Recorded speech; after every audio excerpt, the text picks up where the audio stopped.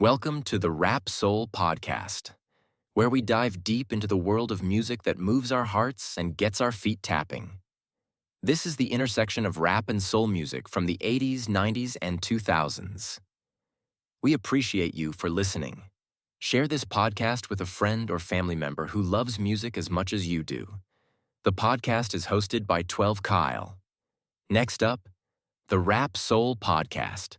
Ladies and gentlemen, thank you for listening. Thank you for downloading. And thank you for subscribing. I'm 12 Kyle. Check this out. On this episode, this is part 2 of our 2-part discussion on the 1995 Source Awards. So if you missed part 1, which was last week, stop this podcast and go back and listen to part 1 because you don't want to miss that. On this one, my boy Eclectic, who's co-hosting with me, we're going to break down the Source Music Awards. We give some deep insight on the Eazy-E tribute. We also break down the categories and talk about what the Source got right and what they got wrong, and if this is even possible to do again. And of course, we get into a deep dive about the quote-unquote East Coast, West Coast beef, which allegedly, depending on who you ask, started at the Source Awards. That and so much more. So sit tight. After the break, we'll present to you part 2 of the 1995 Source Awards with my boy Eclectic. We'll be back in just a second.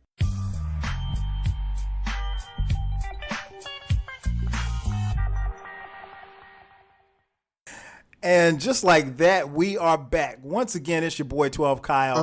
And of course, I'm joined by my homie, my mellow, my man, Eclectic in the building. E, what up, baby? What up, what up, what up? Yeah, favorite podcaster's cousin. There he is. There he is. So yeah, man, we're talking about the 1995 Source Awards. And we're covering all the bases. We're talking about the actual awards, the presentations, the beef, the scandal, everything involved. So if you caught part 1, we talked about, basically the first half of the show. And now I want to talk a little bit more about, the things that happened subsequently after that, because there still was, even after, for those of you who heard the first part. Now, if you haven't heard the first part of this podcast, make sure you go back and listen to that. In fact, you probably should stop this podcast. Yeah, you're messing up. Yeah. Stop this podcast and go back and listen to last week's podcast. So where we left off, we were talking about Snoop. We had to let it be known. Let it be known that Snoop, that we didn't love Who him. says let it be known? No one says let it be known. Well, let it be known then. Shut up. And as you can see, he picks up right where he left off from last week.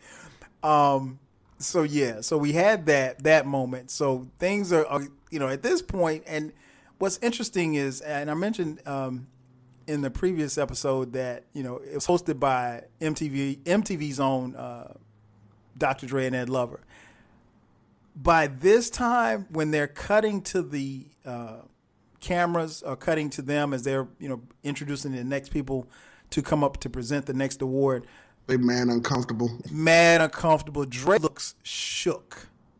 Dre looks like he really could just take off and run off the stage at this particular time. But he can't though. No, he can't. No, physically he can't. Stop it. What? I'm just saying. Shout out to Dre, man. Shout out to Ed Lover too, man. So that's where we are. And then, so that happens and people are really looking around like, okay, we don't know what the hell's going on. Ironically enough, after that, they have to give out a Lifetime Achievement Award to the late, great Eazy-E. As many of you know, Eazy-E passed in 1995 from complications of HIV/AIDS. And, that was tough, man. I mean, for those of you listening, there was no internet. So for me, it was a shock. And I'll get your opinion on it, E. It was a shock because, like, I remember someone actually coming on TV and announcing, or maybe it might have been not TV, maybe it was the radio. They announced that Eazy-E had AIDS. And like 3 weeks later, literally, he died. Like, we didn't get a chance to see him again. We didn't get a chance to say goodbye or anything like that. Like, it was like the first week of, February, maybe middle of February, they announced that he was HIV positive or he had AIDS. And like by the middle of March, he was dead. It's crazy. What do you remember about, Eazy-E and, his untimely death? I just remember, again, like you said, there was no internet. I mean, it wasn't. Damn sure wasn't any social media. Nope. 95, there wasn't even blogs. Nope. Not at all. not even a blog, not a podcast, wasn't invented, iPod wasn't even, so you just hear stuff on the news. News is going to spin stuff however they're going to spin it. So, of course, immediately it was like, oh, shit, he was gay. All right. Mm-hmm.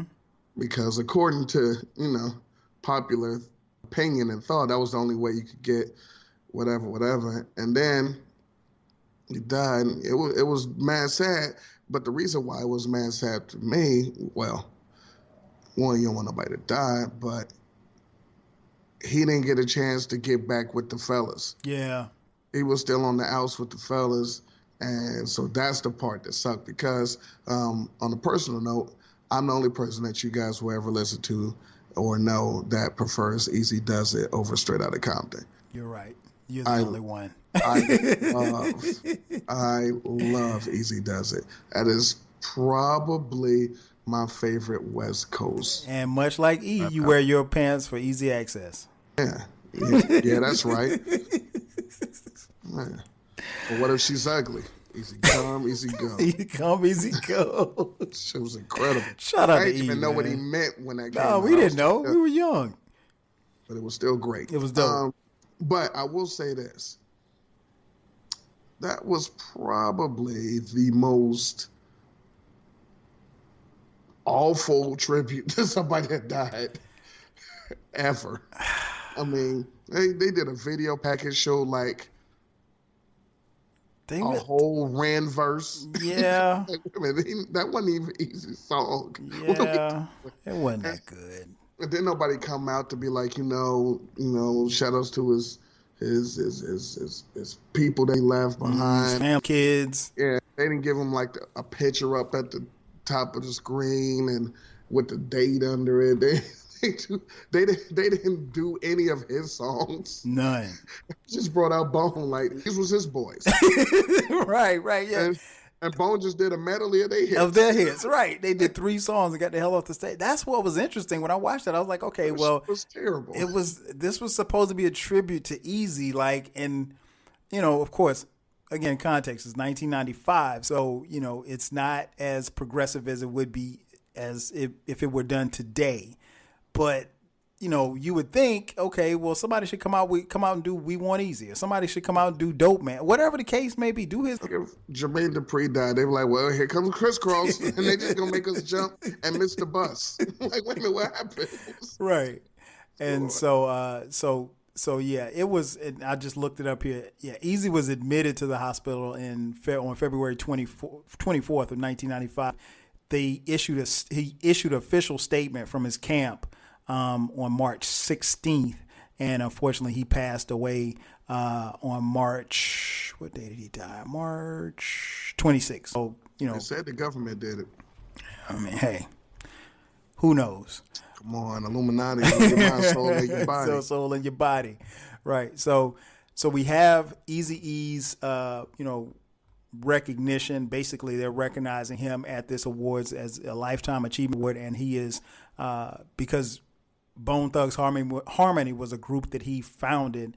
Bone comes out and they do a 3-song tribute to E, I guess, if you want. But tribute to their discography. Yeah, I mean, you really can't call it a tribute because they did First of the Month and Crossroads, and they didn't even let his verse go on the shit. Wasn't he on Thuggish Ruggish?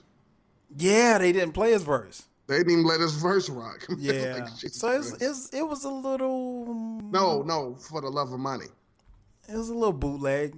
I mean, love but of you money. know, the Source tried. That's about all I can say. They tried. So we had that. Then they come back with more presentations for awards. And the next award that is up is Artist of the Year Solo. Now, you heard us on the first the podcast from last week. I read off the list of the nominees, and then E and I both gave our opinions on who we would have given the award to. So we're going to do that again. The nominees were MC8. Straight up menace. Chia. Queen Latifah. Well, she had it up to there. Scarface. Boo. No, sir. My favorite ghetto boy. Brad Jordan. And Snoop Doggy Dogg. What's this category?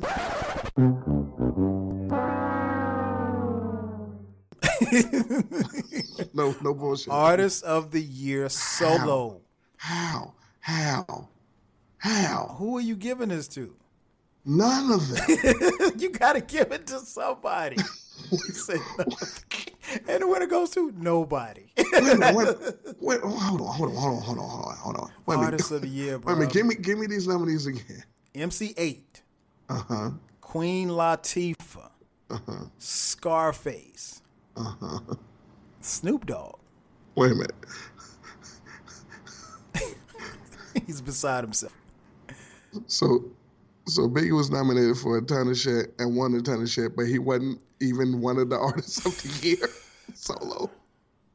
I mean, Craig Mack wasn't one of the artists of the year solo. The Brat wasn't one of the artists of the year solo. I'm not sure how you can be nominated for lyricist of the year and not be nominated for artist of the year. None of the people you name except for Snoop even was at the awards. Come on, man. You know 8 was there. 8 was not up there because he would have run up there and beat shot at DJ Quick. You're right. He probably wasn't there then. You know, it ain't no damn way he was there. He would have went outside. Queen La was probably not there. No. She's probably making a movie or something. Face. No, Face wasn't there. No. Face Come on. What is this? That's the worst category that you've named in the last 2 weeks. That shit is terrible. All right, so no, I'm not giving it to anybody. No, I'm leaving. I'm throwing the envelope away. Man. Ladies and gentlemen, we have award show history. E walks off the stage with the envelope in his hand. I would have been up there like, hey, and the nominees are MC8, Queen Latifah, Snoop Dogg, Scarface, and Scarface. Nah. And I would have walked out like, nah. Method Man couldn't have, come on, man. I would have gave it to Eazy-E before these people. I want to say that was around the time where The Diary was out, so it would have been Face for me. Okay. Yeah. Now, but the winner was Snoop Dogg. Well, let it be known then. Which make, oh my God, man. And what's interesting is that, and you mentioned it on last week's podcast, was that prior to this award being given out, the presenter was Puff. Puff was the presenter. So before Puff actually started listing off the nominees, he tried to make peace. He said, and he was like, yo, that statement that was said, that was probably about me. You think? But yeah, he was like, I don't have no problems with that. Man, Puff was a good guy, right there. Yeah, Puff tried to make peace, man. He tried to make peace, and I think. Okay, so let me ask you this: do you think Puff was making peace at that moment solely because he wanted to make peace, or because he knew Snoop was going to win this award? He was about to come up there. He was going to greet him. I honestly think he was just trying to squash stuff because he was probably like everybody else that was watching the show, like, the fuck this come from? Because, again, and this is important, and I'm putting this in the context of the first ever Source Awards and this, which is the second year. For the most part, Dr. Dre, Snoop, and Suge and Death Row, it was Death Row because it wasn't Aftermath yet, Death Row won the majority of the Source Awards. They did. 94, again, Artist of the Year was Dre, New Artist of the Year was Snoop, Album of the Year was The Chronic, Producer of the Year was Dr. Dre, Lyricist of the Year, something the fuck hell, was Snoop Doggy Dogg. And then 95, he just won Artist of the Year. So he won New Artist of the Year last year. Then he won Artist of the Year again. Dre won the Producer of the Year. So what? Where's the big? Who? At anything, at anything, I would have went up and been like, "Shh, we winning all of these second year in a row." I would have said that, and you could have said that, but why? Because Suge can't dance. He like, well, I can't dance, so he want to be all in the video. Who did he think was going to go to Death Row? Craig Mack or Biggie? Come to Death Row. Because Lil C's, he went to Lil C's. Puff ain't never been in a Lil C's video. Who did he want? Right. Who knows? Puff wasn't even in the fucking Craig Mack video. He had to be talking to Biggie. Total. All in the videos, dancing. It's just so dumb. But anyway, I think he squashed it just because he's like, what the fuck is this, man? And what did he said something like, I just want to make good music. Or something. Yeah. He said he didn't want to beef. He didn't want to smoke. Whatever, as the kids say. Wow. Yeah, I think it's you make a good point, man. I think Puff, people don't really give Puff enough credit, for trying to squash it. It was plenty of times where he felt like, or people felt like, he should have really come at Suge or come at Pac once Pac, got out and started running with them. And, he go ahead. I mean, didn't Puff say that Snoop won? He hugged Snoop. Mm-hmm, he did. And then didn't Snoop say, hey, now that the East Coast, West Coast thing is squashed? Yeah. Just that fast. Why the fuck? Two things. Let's see where you're going. Oh, so you calm now? So it's cool? It's cool now, Snoop? We cool. We let it be known. We let it be known then. We let it be known that it's squashed. Yeah, okay. 2. So then what happened? so it was a problem. The one dude that you was talking shit about was like, nah, man, I love everybody. Big ups to Dr. Dre, Snoop, and he said Suge. Mm-hmm, he did. Y'all good, we good. Snoop come on there, they hug. Snoop said squash. So why Biggie and Pac ain't still alive? I know the reason. Is because fans are stupid as fuck. It's crazy. So Snoop gets up there. He wins the award, which he wouldn't have given it to him anyway. But he wouldn't have even got it. He wouldn't have got on stage. So we have that moment. So, by this time, things have, I guess, died down a little bit. Or at least what we thought, So Snoop was calm. Right, very calm. Like I said, gave Puff a hug right there on camera. Yeah, let it be known. Let it be known. So then we have the next award that was presented was Snoop was the Artist of the Year solo. So then we have Artist of the Year group. The Dog Pound win this one. You stupid. Jesus Christ. So the nominees were Heavy D and the Boys, Come on, man. Don't front on hell, man. Don't front on hell. Okay, my bad. Go ahead. Diddly D. Come on, man. You're all right. Come on, All right, come my on. bad. Salt and Pepper. They were in the building. But they were there. They were there. But they sucked by then. Hey, and Spin was there. Spin was looking so good too, man. I heard about her. Gangstar. Stop it. Stop. Don't you fix your mouth. Mm-hmm. And Wu-Tang. I heard they were nothing to fuck with.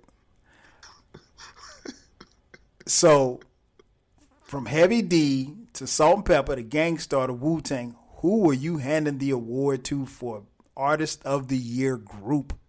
Oh man, just like they gave Run DMC the Pioneers thing, I gotta give it to Salt and Pepper. I mean, they did so much for hip hop, and especially that year. Man, if you don't shoot their ass on out of here, man. I thought it was my platform. I thought I was about to say. Go ahead.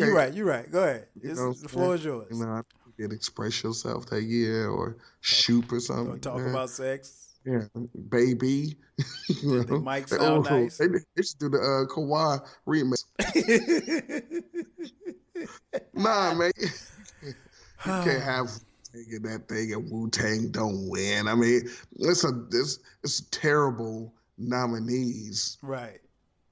Anyway, I mean, listen,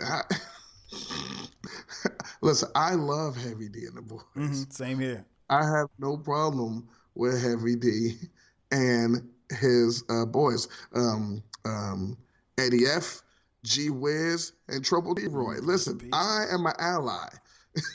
I'm rolling, but no. Because I'll ask, where was Mobb Deep? And they were in the building because they actually presented an award too. Yeah, I mean,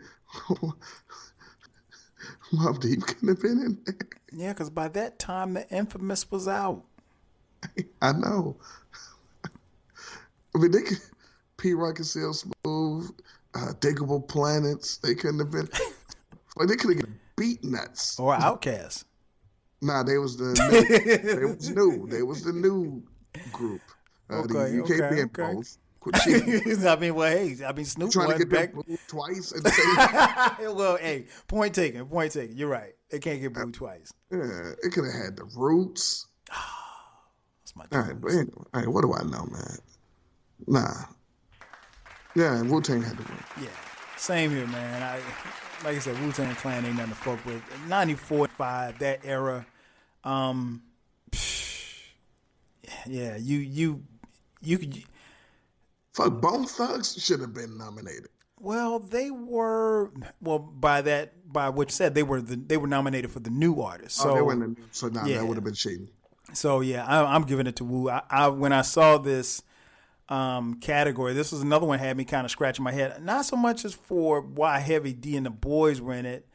I kind of scratched my head on Salt and Pepper. Go ahead. No, go ahead, because I can't remember what they had out at that particular time. That's what I was gonna say, because Assault would have it would have been very necessary. No, very necessary was in '93. Right. That they didn't have very necessary was in '93, and they didn't have another thing until Are You Ready and Giddy Up, and that was '97. They didn't have an album in '94 or '95.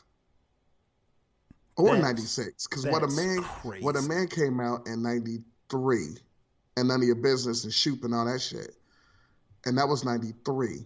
Their next album wasn't until '97. Well, Are You Ready? Yeah, you're right. Very Necessary came out in '93, and then Brand New came out in '97. So they weren't. They didn't even have an album drop in this particular time. They didn't. They almost didn't have an album that decade. So. This is true. So how the hell they get nominated for an award? Again, popularity contest, folks. Popularity. But they weren't even popular then. Well, they were. Well, you know what? And you correct me if I'm wrong. What? But by this time, they were... of the Hanging with Mr. Cooper theme song. Oh, that was in Vogue. Damn, I don't even know who the fuck. Well, they might have been on MTV more than they were. Yeah, Yeah, you got me on that one, bro. No, they shouldn't have been nominated. But yeah, I'm giving it to Wu. Just for the record, I think Salt and Pepper might have been a throw-in, but Hey man, they're the first female rap act to win a Grammy. Man. Come on. Yeah. They weren't going to win a Source Award. That's Nope. not that night. They didn't have an album during the Source Awards run. Jesus. Hey, not only were they nominated, but they were presenting as well, so they didn't have time. Oh man. So we have that. And then next up, the next award that was presented was Single of the Year. Had to be Flavor of the Year. Flavor in Your Ear. Come on, I had to be. Yeah. We had it was? Lady of Rage, Afro Puffs. Man. If you're going to do it, man, give it to Regulate. The aforementioned Bone Thugs and Harmony, Thuggish Ruggish Bone. What's Tasha? Warren G and Nate Dogg with Regulate, as you mentioned. Oh, okay. All right. And then I'm rolling. And all Craig Mack's Flavor in Your Ear.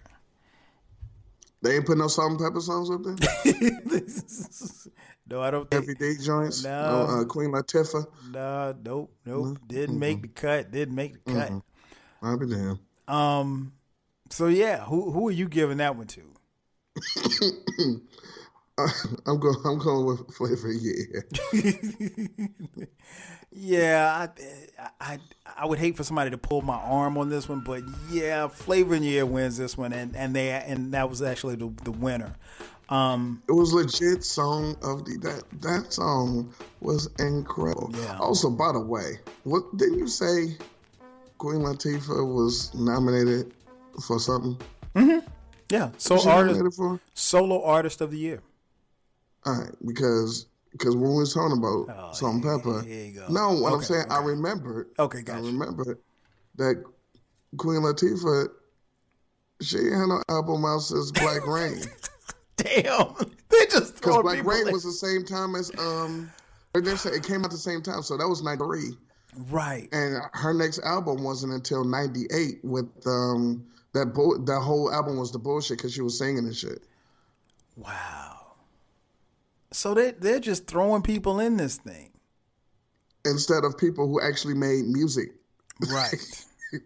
Hey man, I just want to point that out. I'm glad you did because I'm not. I remember the late '90s album, but I just assumed that Black Rain was in this time frame. Black Rain came out in '93. Wow. Because that's what Just Another Day in Unity on it. Mm-hmm. That's true. Right. That's true. And that was it. What was interesting, and I forgot to mention, when Wu won the Artist of the Year group award, when they came on stage, it was Wu-Tang, it was the Wu Gambinos, it was the Killer Bees. It was at least 70 people on stage. Staten Island. Yet and still, the crowd went crazy. Yeah, they did. And I think like Raekwon said 2 words and Ghostface said a couple of words and RZA said something and I don't even think ODB said anything. It was just then they got the hell off the stage. But it was literally, I mean, if you got time, count them up. 70 people on stage. No lie.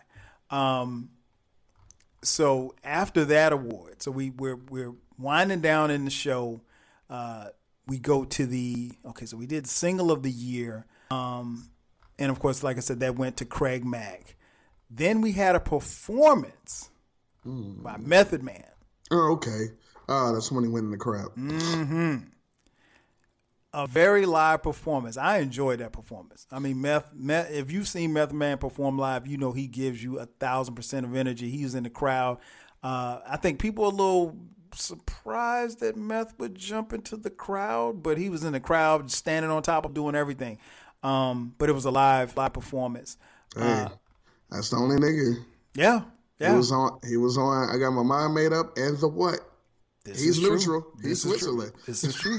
He's safe. And he also told us that he saw Biggie put in the pad. Yeah. He said, I was right there. He wrote that verse.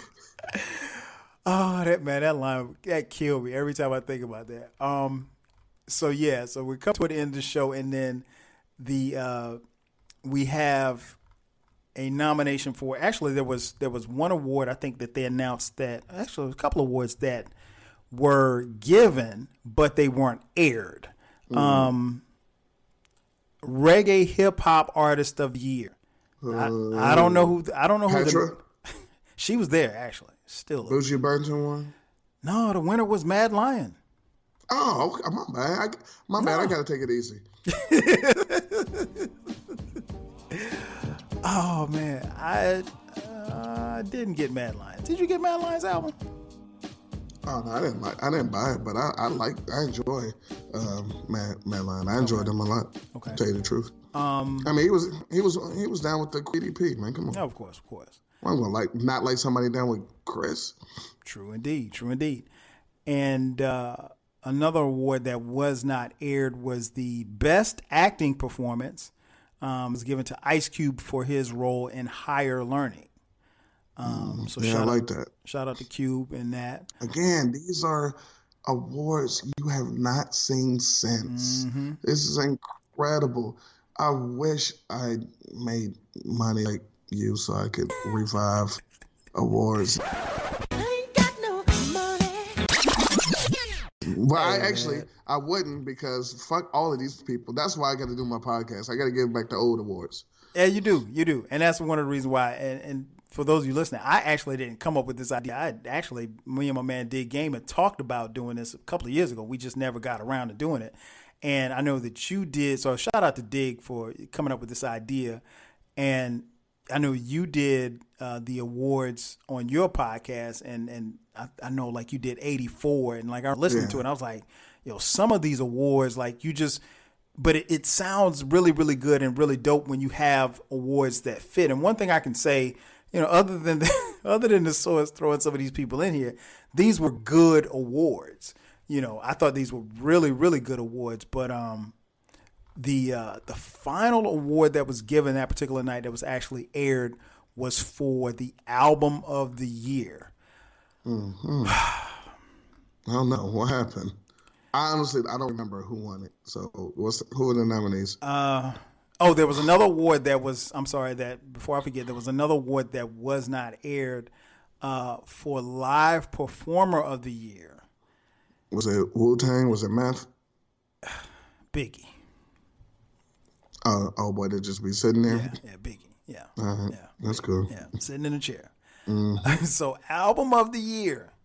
Again, context: 1994 to 1995. The nominees were Scarface, The Diary. Oh my God, man! Come on! No, don't do that. Don't do that. Shut up. Shame on you. Started a small time dope game cocaine. Hey, man, that's what I'm talking about. Dope game cocaine. Yeah, that's when he was dope. Not Scooby Dooby Doo. This guy. Fuck up. The Notorious B.I.G. Ready to Die. Mm-hmm.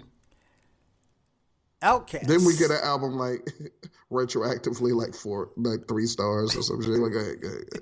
Outkast, Southern Playalistic Cadillac Music. We gonna get high. There you go. Now you're talking. Come on, man. And last but not least, Nasir Jones's Illmatic. Hold on. So here's the problem. Tell me the problem. Here's the problem. Now, people are not going to think I'm going to go where I'm about to go because you guys don't think the way I think, which is good.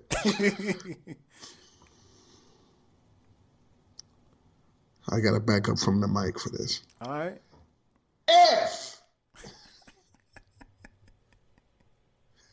you are going to nominate Illmatic for Album of the Year, then where the fuck was anything else from this album in any of the categories this whole entire show? Therein lies the problem. Because either this album was not eligible or it should have won everything. Because Artist of the year had to be Nas then. Mm-hmm. Yeah. Album of the year, lyricist of the year. Mm-hmm. How? Single of the year. Yeah, how? Life's a bitch. Single of the year. How? Or whose world is this? I mean, excuse me, the world is yours. Or it ain't hard to tell. Yeah. Yeah. So if you are going to nominate this for anything, it had to be. Come on, man. Come on. All right, man. All right. In retrospect, the social was some shit. This is what we just came up with. It was a piece of shit. The whole show was a piece of shit, and it ruined rap. Boy, that's great. How? That's that. You know what? When I saw this, because again, where was the Nas performance? Come on. I'm trying to think. Was Nas even there? Yeah, Nas was there. He was there because he did. They did present an award. He did the Mobb Deep, but performance, but come on, man. Yeah, man. Stop it. And if Ready to Die was going to be nominated and Meth was there, we could have got a live performance of the What, because we've never seen a live performance of the What, and we will never see a live performance of the What. Oh, Jesus Christ. Yeah, you know what? It's funny that you say that, because I thought the same thing when I saw it. I'm like, well, wait a minute. How does this happen? Okay, it's cool and all that he was nominated for, and I'm not just saying this because I'm a Nas fan. Even I'm a huge Nas fan. But that being said, like you said, why wasn't Illmatic in at least one or two of these other categories? It's like, I don't know how you guys came up with this concept. The categories, I think, are fine. Some of the people that you put in the categories leave a lot to be desired, right? So I didn't even remember this, man. Yeah, I'm gonna tell you why. Because this was the last one. It was the last one to be televised. Album just don't of even the year. put the album in there. Just put somebody else's album in there. You can't nominate Illmatic for one award. Album of the year. Southern Playalistic, The Diary, Illmatic, and Ready to Die. Now, with that being said, I got to give it to Southern Playalistic. I got it. This guy. All the players came from far and wide, man. Did you know that? Y'all know that. Y'all know better than that. Y'all know better than that. Y'all know him better than that. Y'all been listening way too long to know that he's not being serious. What? What are you talking about? So yeah. Wait 1 second. Yeah. No, the players did come from far and wide. They did. They came right off of Peachtree Street. Crumbling Herb, Hootie Hoo. Hootie Come Hoo. on. Hey man, that's my Ain't shit. no thing. You know it. Anything but a chicken wing. Come on, man. That's my city. They represent my city. Come on, man. Come on. Yeah. I don't know how they didn't win. I mean, hey. I mean, Illmatic was cool. But they ain't had no Christmas song on it. Nope. Yeah, man. I mean, I don't know how you even... I don't know how they come up with this category. I would have liked to have been in the room with the people that came up with this, because even in that time frame, even if you say, okay, but again, I don't understand how, again, I want you all to understand, it's not just me being a biased Nas fan. If you're going to put Illmatic in this category, then that tells me that Illmatic or some other song should be eligible for other categories. That's all I'm saying. And if you put Nas in other categories, Big's not winning all of these awards. But hold on. Let's play. Hey, Kyle. Who won Album of the Year? Notorious B.I.G. Ready to Die. Hey Kyle. Up until that point, how many albums got 5 mics in the stores? I don't know how much up until that time, but I know the Illmatic album got 5 mics, and I don't see another 5 mic album on here. In fact, let me stop you. In fact, if I'm not mistaken, Ready to Die got 4, The Diary got 4, Southern Playalistic got 4.5, and Illmatic got 5. So According to your magazine. According to my math, Ready to Die might fourth on this motherfucker. The Source magazine gave it the first 5 mics. The Source Award said, nah. Right. Nah, we good. All right, man. All right. Okay. And therein lies the problem. Again, folks, I want you to understand what he just said. He said the Source magazine gave it 5 mics. The Source Awards didn't give it the album of the year. Come on, man. This is the greatest hip hop album we've ever reviewed, but it's not the best one this year. Huh? What? Wait, what? What do you mean? What are you talking about? Right.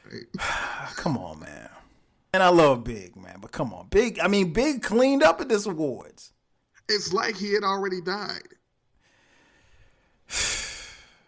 Pretty much. Like he right there, I mean, man. yeah. Let's be honest here. He cleaned up. He won the most awards. I mean, it was a bad boy death row night. That's what it was. Crazy, man. Crazy. So that leads me to a couple of questions, man. We kind of touched on it on last week's podcast, but I want to touch on it now. The whole East Coast, West Coast thing, man. What was it for? Okay, I really want you to speak to, in your answer, speak to someone someone who wasn't born then, or maybe they were just in Pampers. If you want a podcast where culture, conversation, and life collide, where you get insightful commentary, engaging discussions, and a fresh perspective on everything, then you need to listen to the 12 Kyle podcast. Hosted by the one and only, yours truly, 12 Kyle, a voice that you know and trust. This podcast will bring you thought-provoking moments, compelling stories, and a whole lot of fun. Whether you're a first-time listener or just tuning in, each episode promises to be something new and exciting. So sit back, relax, join 12 Kyle, myself, and my guests as we break down the world around us and give you stories that you've never heard before, from nostalgic throwbacks to everything in between. The 12 Kyle podcast is a front row seat to this conversation. Subscribe now and never miss an episode of the 12 Kyle podcast, where the vibe is always real and the discussion is always worth your time. Are you feeling nostalgic for the golden eras of rap and soul music? If so, tune in to the Rap Soul podcast. We are your weekly journey through the 80s, 90s, and 2000s, spotlighting the music and the hidden gems that shaped the soundtrack of our lives. From the powerful beats to the soulful melodies, we bring you the best of the past with fresh insights and stories. Rediscover the music that defined a generation. Subscribe to the Rap Soul podcast and enjoy the vibes. What was the East Coast? What was it?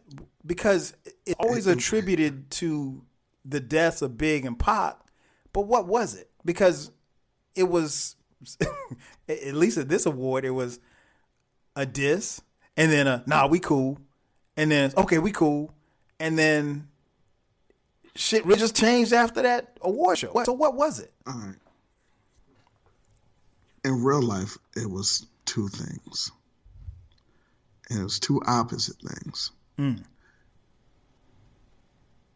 real answer is it was nothing. Right. It didn't exist. It wasn't a thing at all. The reason why it wasn't a thing at all is because the year prior, everybody from New York to San Francisco, they loved the Chronic. Everybody loved the Chronic. Mm-hmm. Then nobody hate the Chronic. Then nobody take the shit out of here. Everybody loved G-Thing. Unfortunately, everybody loved Gin and Juice and and ain't no fun. Even I love Ain't No Fun. and I hate Snoop. Even I love that song. Right. Well, nobody was dissing the West Coast. And those are the biggest West Coast artists. So if you're going to diss them, you're going to diss them. Nobody dissed them. Mm-hmm. Nobody had a song about them. Nobody turned it off when they played it. Obviously, it sold so much. It wasn't just the West Coast that was buying it. So it wasn't anything. Here's the problem. With the turn of like we said on the last show, this was ushered in a new era of hip hop, a new era of MCs, also a new era of fans. And with that, you had the Suge Knight thing where he's not a music dude. He's a gangster dude. But he's not a gangster dude that was doing this because he didn't have anything else to do, didn't have anything better to do, or just loved the music and wanted to be a part of it. A la Eazy-E. Eazy-E was a I'm gonna shoot your fucking face off, but he's like, I like fucking rapping the women. I want to dance. You know what? I'll fund this, and you know, and then he just happened to record. It was like, hey man, this is gonna be funny. Let's do it. I'm like that, and he turned it into a career. He would have killed motherfuckers faster than Suge would have. Suge was a bodyguard dude. He was Bobby Brown's bodyguard. Wow. I mean, he was New Edition's bodyguard. Crazy. But so it's different. So what I'm saying is this: because this dude comes in with his gangsterous people and everything, they're riding for him because gang culture is dumb as fuck anyway. You know, we're gonna do all this stuff because we really like this color and we think that's cool. That's dumb. You're stupid. But whatever. The problem was, once these people who aren't really music people, who are street people, start to diss or say that this over here isn't good, or they're disrespecting us, then these people are going to rally and do whatever they can to disrespect the other people. Go to their shows and act a fool or throw stuff on the stage or boo and anything, when normally they wouldn't. They wouldn't even go to the show. Now since, oh, they in town, yeah, fuck that, let's go get them. Why? They don't know you. They never done anything. So then this is also when younger folks who weren't listening to hip hop in 87, 88, because they don't heard it, but they was like 5 at the time. You know, they're getting up there about 14 now, 15. And they're like, oh, this is what it's about. Yeah, forget them. Because back in the late 80s, early 80s, you just liked who you liked. That's it. It was, you didn't even, most of the time, you didn't know where they were from. Again, when on Eazy-E's album, when they said he from Compton, Michigan, I was like, oh shit, I guess this dude's from Michigan. I don't know. I'm just listening to the song. Oh, that makes me laugh every time I think about it. I'm just listening to the song, man. I don't know where nobody's at, man. I have no idea. You think when my posse's on Broadway, people's like, oh, you from Seattle? Right. Had no clue. Like, come on. We didn't care. We just enjoying the music, man. We didn't even know what borough. We knew the people was from New York. We didn't know what borough most of them were from. Like, And we didn't know how old anybody was either. no, didn't care. No. So the thing is, these younger people who didn't get a chance to experience all of this are coming of age during the we hate them, don't listen to them. If you listen to them, they whack. Don't listen to them. We over here, pick your side. What's your team? Who are you on? Which was never a thing before. Because like I said, boy, I love Shan. I love KRS-One. I'll listen to The Bridge and then the South Bronx right after it. Right. I don't care. Right. I just enjoy the music. And so, but you couldn't do, if you had the same mentality, you couldn't do it. And the biggest part the biggest part of this is, for some reason, and it's still going on to this day, the younger fans, and then sometimes even the older ones who should know better, start believing all of this shit. Facts. And the biggest thing is they try to act out what people are rapping about as it's for real, whereas the older guard will listen to it as entertainment. When NWA was saying all the stuff that they were saying, it was like, okay, but I'm not about to go rob the liquor store. I'm just gonna do. But then the younger people that was just getting, they would hear that and say, yeah, I'm getting the AK too. I ain't leaving the car without packing a gun like him. I'm like, he left the car without packing a gun. Right. You know, and so people start trying to live up to what people were rapping about, and robbing and stealing people to get certain things where back in the day you just rob because you wanted it. But you wouldn't rob to be like somebody else. You just be like, nah. It was a different motivation. You weren't idolizing rap. We never idolize. We might idolize their style. Like, nah, I'm gonna get a Kango like that. But we didn't want to be them. No, because it was about being your own individual. And they would rap about that. They were like, man, if they would have been like, "Hey, you biting? Get out of here!" Like, yo. You know what I'm saying? Whereas now it's like, nah. Oh yeah, you just like me. You also Lil. Right. Lil too. Right. We live together. So the East Coast West Coast thing happened because people who had nothing to do with music, nothing to do with the industry, started choosing sides and started playing up and living up to what the people were talking about in the lyrics when they didn't even mean any of the stuff. And then once that happened, some of the people started rhyming and doing things of that nature to not lose their fans or try to make sure that people thought that they was authentic. And so like, nah, we really up here. We really doing this. Where in real life, no one does this. Like Harris once said, if you're a gangster, why are you rapping? This is true. It's true. Anytime you were really going to do some dirt, you wouldn't rap about it. Nope. Case in point, Cool C and Steady B on Death Row. They ain't never rapped about doing no things. They ain't never said nothing about a gun in their raps. Never. Talk about a glamorous life. But they was on that. They did that. But only an idiot would rhyme about it. Yeah, you implicate yourself. Yeah. Ghostface spent time on Rikers, but he didn't rhyme about what he did. Nope. It was just, hey, why you guy ain't really on the 36 Chambers album so much? Come to find out, he was locked up. Sure was. He had verses. Right. It Just didn't there. matter. Yep. But, later on, that would have made him cool as fuck. Meanwhile, people are like, get you got out of here. But, years later, we're like, nah, that's the real one. He the real one because he went to jail. Because he went to jail. It definitely changed. It changed everything. It changed the way people thought.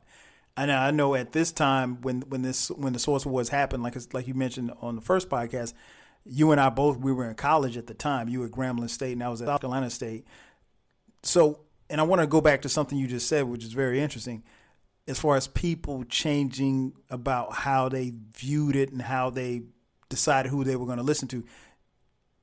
I know where you stand, but your crew, your friends, the people that you ran with Grambling, maybe your homeboys back home, did you see where, with this whole East Coast, West Coast thing, were there any people that you ran with or knew that they kind of drew a line and said, well, it was like, okay, well, I like Snoop and Dre. I ain't fucking with Big and Puff. Did you have people like that in your area? Not necessarily, to an extent. Okay. In school, it was different because in school, it's an empire. Everybody's from everywhere. Yeah, true. So you're going to hear everything. I mean, you go in the student union, they were playing All Eyes on Me, and then they were playing, Nas and Biggie. So it was like, whatever, that's how I heard. If it were left to my own devices, I might not have ever heard some of those songs. I damn sure wouldn't have heard any of the Master P stuff. I wouldn't have known what Bout It meant. It is because of Grambling that I learned that Bout It rhymes with rowdy. I did not know that Bout It and rowdy rhymed. But boy, thank you, Percy Miller. I never really thought about that, but yeah, being in Grambling, you would be exposed to Master P. I will never forget one day walking from class, going back to the dorm, and this Cadillac was going down the street beside me, playing some really, really loud, fucked up music. And I was like, this dude is bold as fuck for playing that shit so loud, and his cassette deck is trash. What? Screw? Wow. Wow. Not the chopped and screw. Wow. I was like, oh, it's supposed to sound like that. I was like, his shit's fucked up, and he cranked it. Yeah, I didn't like it the first time I heard it. I ain't like it the second time I heard it.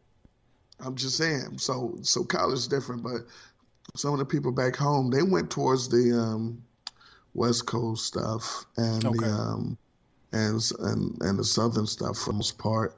I've always been, New York centric person. People say I'm biased, but I liked it's like my favorite shits is like different. Like Easy, like I said, Easy Does is my favorite joint. I love. If Eazy-E and NWA never existed, I would have been 100% King T. I love King T. Wow, you and Jay Fresh are the only King T fans I know. Like, Act a Fool, the album Act a Fool is incredible. Yeah, he had Act a Fool. We used to play it all the time in the car. And I love Above the Law too. Shouts to Cool 187. Go Total 187. Chaos. Yes, sir. Total Chaos, Go Mac and Laylaw. But and then like I said, Big Mike on the South. I like people that can rap. Yeah. So I don't know. I'm weird. I don't go off. Even though it's the buzzword, now I don't go off the vibes. I want to hear something. Right. But that East Coast, West Coast thing, it had a lot to do with people who had nothing to do with music. And then once those people started making it seem like it's a thing, some people, Tupac, started changing how they acted and bought into that stuff, which in my brain, I don't think he even believed in this stuff. He was just playing a part because remember, he's an actor. Mm-hmm. Yep. Yeah, I agree. I agree. So he doing all that stuff, just like weak-minded Snoop was doing the stuff for 5 minutes on stage. Then all of a sudden, he was cool. Well, let it be known then. This the way you stupid. And so, since the East Coast dudes, they didn't care, man. They were like, man, whatever. Yeah, I think it was actors, man. Acting, playing a part. I agree with you, man. I had some people, again, being on a college campus and then being in the South. I had some cats that I knew that they rode, it was like, man, we riding for the West Coast, and they just started despising Puff and Big, and I'm like, we don't know these people, it's like, right. I don't, we just know what we see on TV, and we had very limited access to, as to what people were doing. I thought, and I mentioned this on a previous podcast about Big and Pac, was that, I didn't like the fact that magazine publications like Vibe magazine in particular, really, really pushed the agenda of a quote unquote East Coast, West Coast beef. And they, with the covers that they did and the stories that they did, it was, and I thought that was big because at that particular time, all we had was print media.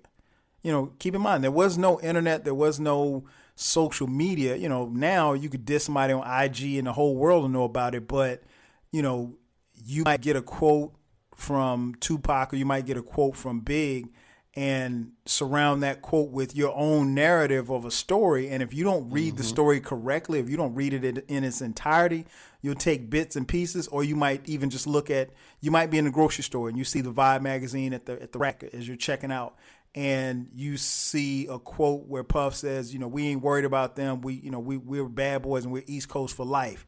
And you may never read the article. You just see that on the cover and you're thinking, okay, well, this is the cover. Puffy's on the cover, Biggie's on the cover. This is how they really feel. So they're basically saying, fuck West Coast. And so I think it goes back to what you said. It was a lot of people, perpetuating something that really wasn't. It was a bunch of nothing about nothing. That's what it was. Also, so people are stupid. And the reason why I say this is because how do you beef with a whole coast? The whole coast. And we don't own none of it. And when you think about it, it was really like L.A. Yeah. It wasn't the coast. No. And it was just L.A., a part of L.A. with one record label. Yeah. It wasn't the coast. Because we weren't beefing with Sacramento. No. And nobody else outside of Bad Boy or Death Row was saying anything about anybody else. It wasn't fucking Nas wasn't going after King T. You know what I'm saying? Because think about it. Quick and 8 were beefing. Yeah. And he dissed him Dre and Easy was beefing. They was doing enough beefing themselves. They had nothing to do with New York. Right. You know what I'm saying? So they were beefing with themselves. It wasn't a West Coast thing. Then nobody had shit to say about fucking Washington State. ain't nobody saying nothing about them. Now you look here, Oregon. The fuck you talking we got about? We got something to say about Portland. Also, Redman didn't get no shrapnel. New Jersey didn't get no shrapnel. Philly didn't get no shrapnel. It wasn't the East Coast. It wasn't a beef out there. Nah. So this is why people, but again, people stupid. They didn't think about this like this. Also, they got further away from the roots of rapping. It's true. Rapping and battling. All right, let's battle. Because it wasn't a beef. It was personal. It wasn't a battle. It was personal. Dude thought dude had something to do with the dudes that shot him. That's it. That's it. And then dude said, nah, I didn't. He didn't believe him. Yeah. Or he knew he didn't have anything to do with it and believed him, but said, boy, I'm about to make a lot of money. Yep. Dissing them and making it seem like it. Yep. And keep in mind, it goes back to what you said in the first episode of this podcast, was that when he met this award show, no, there was a cutout. It was a cutout, man. He was in jail, chilling. Yeah. In fact, Suge actually shouted him out and told him to keep his head up. Yeah. One other question I have for you about this award. Now, we talked a lot about what we didn't like. What did you like about this award show? What do you think we could take from this and maybe possibly, I mean, for those of you who still... It's over now. It's over now. But what could have happened, the categories definitely. Definitely the categories. The participants. Because it wasn't just who's on top. Put it like this. You could do something like this now, but you would have to do it, like I said, in the vein of the Source Awards. Meaning, if you did it now, you would have to have nominated and performances by a Rhapsody and a Jean Grey. You can't just give us Meg. Nope. you gotta have them out there. You can't just have Big Sean and J. Cole. Griselda got to be out there. Mm-hmm. You know what I'm saying? You gotta have the for real people, not just the people that you play on the radio and get the spins. So when you do the producers, you would get a nominated Just Blaze. You know what I'm saying? Like, oh shit, this is for real. Because you'll have people like, you know what, I never knew what he looked like. This is true. You know, because like, oh, that's that nigga. All right, cool. Nominated Alchemist. Like, oh shit. All right. I'm rolling. This is dope. This is actual hip hop and lyricist of the year. You're not gonna have Quavo win lyricist of the year if he does something seriously wrong. You know what I'm saying? So if they did with a real, I mean, and I'm not saying don't have Meg there and Lizzo or whatever the fuck, but they have their spots just like everybody else do. Because what you want to do, if you want people to grow and you want the music to go somewhere, these people got to seem like they're on an equal playing field. They got to seem like, nah, West Side Gun is just as dope as Drake, and in real life rhymes way better. But you wouldn't think that when Drake got 13 awards and you've never mentioned the other guy. So I mean, stuff like that. Also, for real pioneers, them Vanguard Awards, I'm like, nah, we giving a lifetime fucking award to Puff. All right, I get it. But let's not start with Puff. Let's start with, hey, Eric Sermon. There you go. And then let's run down all the things he did. You know what I'm saying? Like, oh, shit, he produced that? Oh, he did that? Oh, yeah, he pimped it. Because what they do now is they say, hey, let's give the award to this person. And people are like, yeah, them. They never give the awards to people where people viewing it would be like, oh, shit, I got to look them up. I ain't even know I ain't never even heard of them. They must be dope. They got the award. Oh, right. They went through all this. I heard that song before. You know what? I'm going to go down some of his stuff. That never happens because they'll just be like, we're giving it to Biggie. I'm like, yeah, nigga, we all know Biggie.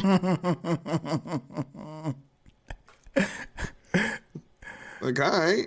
But if he said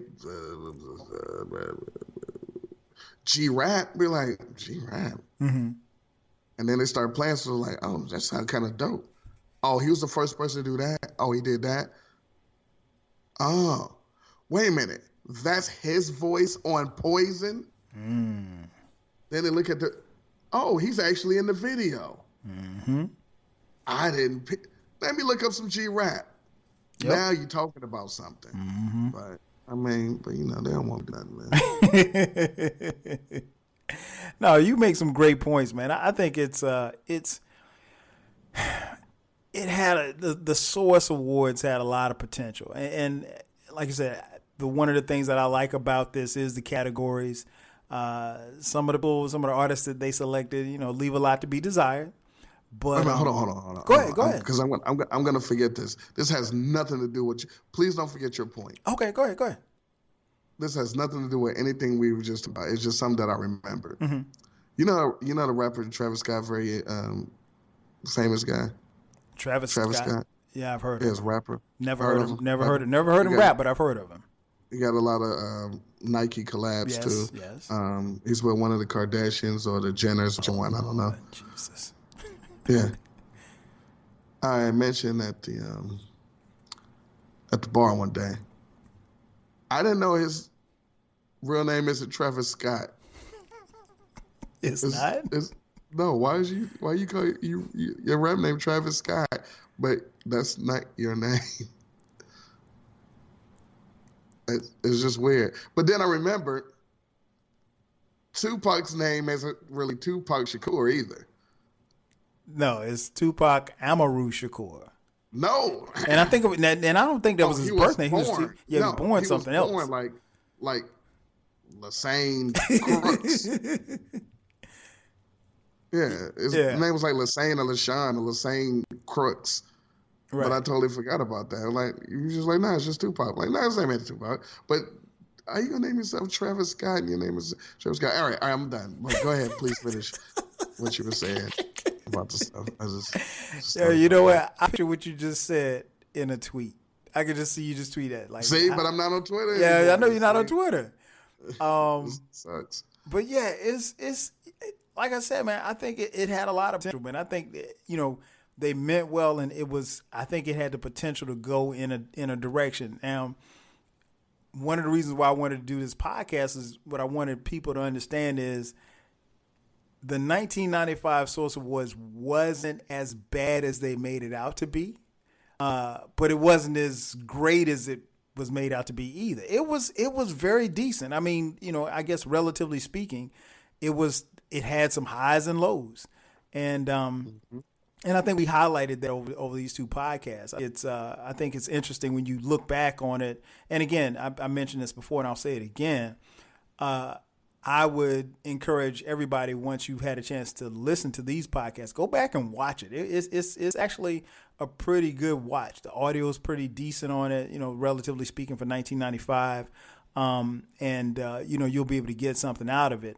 I think, much was like E said, much was made about the East Coast, West Coast thing. I don't really think it was that bad. And I think we had some funny moments. I mean, and I really 69 boys, come on.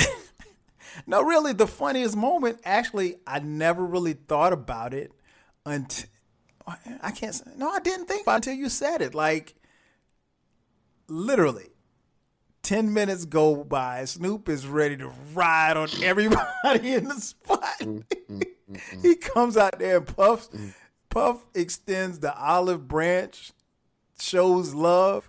And what's interesting is, you get a chance to watch the clip, when Puff announces that Snoop wins, even though he said, I got no beef, I got love for everybody, he kind of shakes his head like, this motherfucker. Like, if you watch the clip, he's like, he doesn't say anything verbally, but his body language is like, oh shit. Like, now I gotta go. I just said ain't no beef. And the camera show him, he walks up to Snoop, opens his arm, and they hug and everything like that. And Snoop, everything cool, East Coast, West Coast. Now all of a sudden that's cool. Well, let it be known then. And that, I never thought about it until you said it just now, because it literally happened. It literally went from 0 to 60 within, and we're talking maybe with a TV commercial, maybe 10 minutes time, if that. Yeah. So we had to let it be known. We know we on East Coast. We know East Coast in the house. Well, now that it's all squash, you fuck.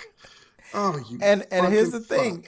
This just goes to show you, like, what happened, because, okay, if everything's cool according to Snoop and everything's cool according to Puff, at the end of according to Dre, and according to fucking, who's the dude? Suge, we would assume, but he didn't say it, but everybody actually voiced it. Right, everybody voiced it, but then when the award show is over, a couple months later, Pac gets jail, and it's on and popping. I mean, like, I don't know. Because of Suge. If Suge would have never made that speech or thing, none of it would have ever happened. So you think if that doesn't happen, we still have Big and Pac? We still got Big and Pac. We still got Source Awards. We still got the Source. We got everything. If he would have never did that came out of nowhere, none of it would have happened. We probably would have even had a Pac Biggie album by like 98. That would have been dope. It would have been dope if it would have happened before the crash. I truly and honestly, of course, I truly and honestly believe if he wouldn't have never said that, nothing would have happened. Also, that award show, the amount of people were no longer with us. Yeah. Oh man, you're right. Craig Mack was there, no longer there. Yeah. Heavy D, Yeah. gone. Trouble T. John Boy. Singleton, Yeah. Nate Dogg was there, not there. Jam Master Jay was there, not there. Prodigy was there, no longer with us. OB was there, no longer with us. And Biggie. Damn. That is crazy. Biggie, ODB, Jam Master Jay, Prodigy, Nate Dogg, John Singleton, Heavy D, Craig Mack. Trouble T. Roy. Yeah. Damn, man, that's crazy. You're right. Just from that show. And again, this is 1995, so it literally has not been that long. No. Wow, it's crazy. It's crazy. So, as we wrap this up, we're going to put a bow on it. My last question for you, man. Yep. Can we ever get, maybe not even with the Source, but something close to this? Because I've gotten to a point where, just on a personal, I don't really watch. I ain't gonna say really. I don't watch the Grammys. I don't watch any award shows. I used to do BET, but I don't watch that anymore. I used to watch the BET Hip Hop Awards, but again, as I mentioned in the other podcast, You just watch the Cypher on YouTube. yeah, just watch exactly. There's no reason for me to sit through. And then living, I think because they filmed it here in Atlanta, I would always know who the winners was, like the night that they taped them. So why would I sit through 2 hours of tape delay when I know who the winners are? You know, no, I'm not doing that. So can we get back to that or something close to it? There is a need for it. And the reason why I say there is a need for it is because, see, the Source Awards was different than your American Music Awards and Grammys and all that, because Source Awards were the culture. It wasn't just music, but they gave John Singleton's out there. They gave Ice Cube for Higher Learning. All this shit, right? Mary J got an award, yeah. Yeah. So the reason why I say it's needed and the right person needs to do it is because you're not going to get the award for Get Out. You're not going to get the award for, Issa's not going to get the award for Insecure. Love her. Or Flower is not going to get an award. But all of those would have happened in the Source Awards. They would have been like the nominee for the TV, Insecure, Power, Atlanta, Snowfall. You know what I'm saying? You ain't going to get that anywhere else. They're not going to be nominated for nothing else. But here, they would have had a Source Award for that. You would have got, what's the shit that I was watching? The Boys, when Mary J. Blige was on that, the Amazon show, The Boys, she would get nominated for that. Regina King get nominated for The Watchmen. You know what I'm saying? Mm-hmm. Like that. Even back then, would have got an award for Cameron getting an award for his movie. And you know what I'm saying? Mm-hmm. You would have got your awards for Gabby Douglas would have got an award. Right. You know what I'm saying? The people that's for the culture. LeBron Serena would have got an award. Yeah. Serena would have got all of these. They would have got awards or got nominated. And we're not doing it in Atlanta. We're not doing it in LA. We do, let's go somewhere new and make somewhere new hot. You know what I'm saying? Good point. And make it a destination. Look, we do Hawaii. You know what I'm saying? We're going to make somewhere else hot. And so we ain't going to turn it into, hey, we here, so let's turn up and fuck up all the clubs and stuff, and then it turn into a thing. Nah, we just going to, you know what I'm saying, do it like that. But then you would get a podcast award, the best podcast. You would get the Joe Budden podcast, the Drink Champs, and the Breakfast, an award that would actually mean something. Mm-hmm. A podcast award. I probably win one too, but a podcast award. What else? You know what I'm saying? for the cultural Zion, award. yeah, Zion Williamson might win an award for something. You know what I mean? But and give these people a reason to come out and be like, "What's up?" 50 might get Executive of the Year award because he got this song out. He did Power. He got 19 spin-offs coming. You know what I'm saying? Something that make people be like, "Yo," and then the younger people be like, "Well, shit, I want to be like them. I want to do something like that. I could do that instead of Crack Rock Wicked Jump Shot." This is true. So it could work. It 100% work. Have the Bodega Boys be the host. Yeah. Oh, you know I'm with that. Man, Jesus and Mero, the host of the boys. Man, come on. Yeah, they could definitely. It's got to be, but you got to do it right though. Got to do it right. It's 100% possible, but yeah, it can't be like Oprah can't do it or Tyler Perry can't do it. Or Terry Crews. Nah, this gotta be a.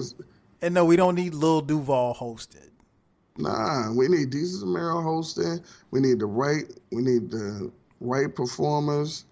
You know what I'm saying? And man, you could for real turn it into something crazy. But it got to be funded by the right people. It got to be on the right channel. Yeah, man. It can't be tape delayed either. Nah, matter of fact, don't even do it if you could actually put it together, man, just put it on the same service, man. Have it live on Netflix or something. Yeah. You know what I'm saying? Just be like, nah. I mean, if they did it right, I'd give them $10 for it. I'd pay for it. Please don't do it like YouTube did the MTV 30-year award for Yo MTV Raps. I mean, for what it's worth, what I hate is they still don't have it available. I know. Because it was great. I meant to text you. I went looking for it like 2 weeks ago. I was like, fuck, I can't find this shit. I had a ball watching it, and then after it was over, I was like, man, I want to see that thing again. Oh, okay. All right. Yeah. Okay. Not even on DVD. It's crazy. Yeah, well, like, what the hell are you doing it for? Like you had to be in the moment to see it. But yeah, you're right. You make some great points, man. It can definitely be done. It's got to be done right, though. You can't mess this up because, you know, I would like to see someone take what the Source started and just take it to the next level, because it's not what they had. The idea in which they had was not a bad concept at all, but it's got to be done right. And I think, you know, Vibe failed.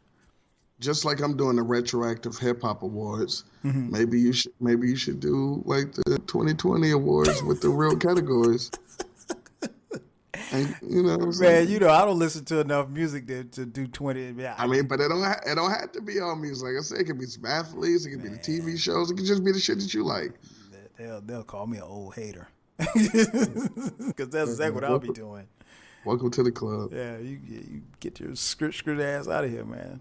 We don't. Yo, when I watched Narcos, did you watch Narcos? Nah, not yet. Man, I watched Narcos Mexico season 2. That, from all intents and purposes, I'm sure, is set place in the 80s. Mm-hmm. Man, what was that episode like 2 or 3? And fucking Quavo's on it? Yo, you know what? Somebody put a clip or something like that on Twitter. I put it on Instagram with it. He was like, "Nah, you got to whip it like a stir fry." Yeah. I saw. You know what?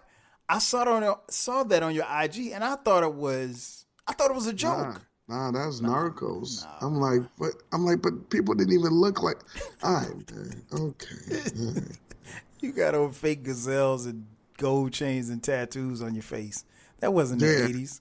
No, you'd have been committed if you had tattoos on your face in the 80s. God, it's crazy. You realize how wild we thought Dennis Rodman was? Right. All he did was dye his hair blonde. And he's tame now compared to some people. Tattoos, piercings, and, you know. He's an investment broker.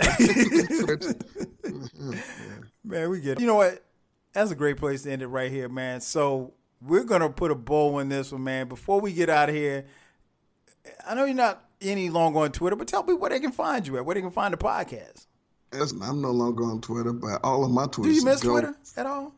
Of course I do. Do you really? Oh, look at y'all. So everybody, it's all together, folks. Oh. Yeah, man, the Kleck got something to say. So, even I mean, my tweets are still dope, and I get plenty of content on there. So at I am eclectic, at one gotta go, at tweet rhymes life. Go, man. Hit the media, scroll down, and enjoy yourself. Eclectic Discussion Podcast, Apple Podcasts, Spotify, SoundCloud, Stitcher, Encyclopedia Hip Hop Podcast, same places. Instagram at eclectic. Shut up. He's much better on Instagram than he ever was on Twitter.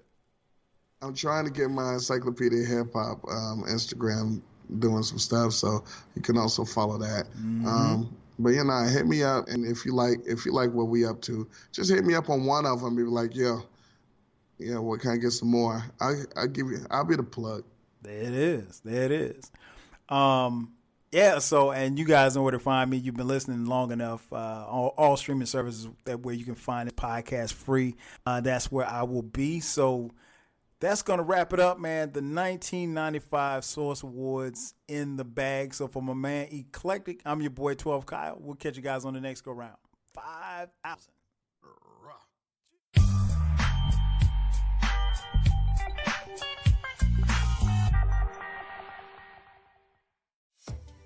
Are you feeling nostalgic for the golden eras of rap and soul music?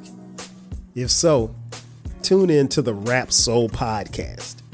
We are your weekly journey through the 80s, 90s, and 2000s, spotlighting the music and the hidden gems that shaped the soundtrack of our lives.